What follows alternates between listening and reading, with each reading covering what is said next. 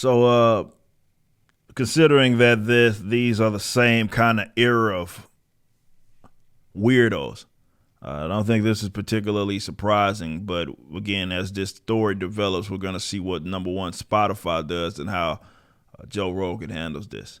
But David Crosby, basically speaking on behalf of Crosby, Stills, and Nash,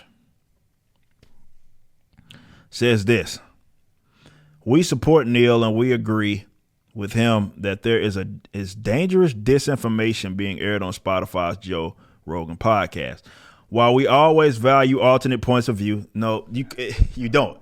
You don't. The fact that you are advocating that this company was just basically is a platform that houses people's shit, take folks off of there because they're saying something that is different from what you think is righteous. And again, I'm going to make this point here in a little bit. I could prove how you even more of a fucking hypocrite.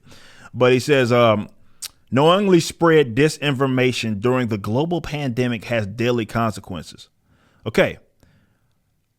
If your argument is Spotify houses content that then leads to deadly consequences, there's a long list of people that do what they deem as rap music. I wouldn't call them that because half the motherfuckers can't rap. You be advocate. Actually, you wouldn't have ever been on Spotify in the first place if you actually cared about the deadly consequences associated with people, I don't know, saying really fucked up shit in their music, which is housed on Spotify. But you didn't care about that. Not even just that. As we mentioned the last time I talked about this, you have guys like the R. Kellys of the world who, caught doing some real questionable shit. I said fucked up shit. Committing actual crimes. Not fake ones, like crimes with victims. And they are still on that fucking platform. And you had no problem being on it then.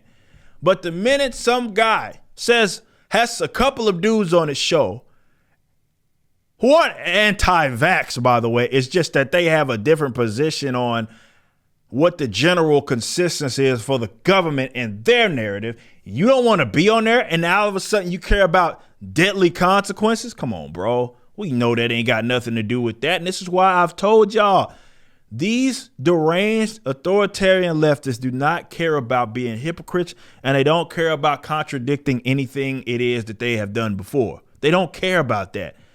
They are in the interest of silencing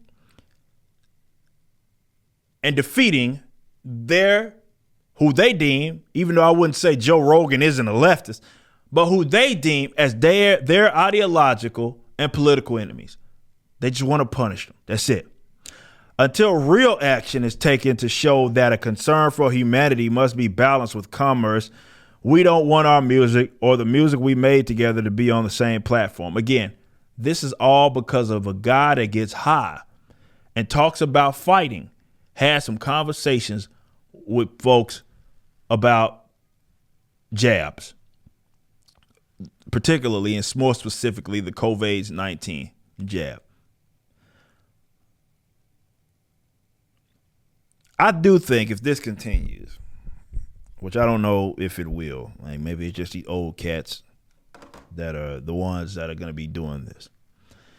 But yeah, if this happens and you get more guys who, now because it'll be more convenient for them to do it, to say, oh, I'm not going to house my content on this platform because my Spotify has Joe Rogan on it, then yeah, Spotify can do one of two things. They could, which they've already slightly done that, bend the knee. Or they can say, you know what, go fuck yourself. And I would argue saying go fuck yourself will get you more support, because then you'd have an influx of people signing up for Spotify Premium because you're one of the few companies that said, we're not caving in to a fucking mob of fucking deranged leftists who can't even manage to be consistent on any given issue. But I am of the opinion that all these guys are for the most part compromised.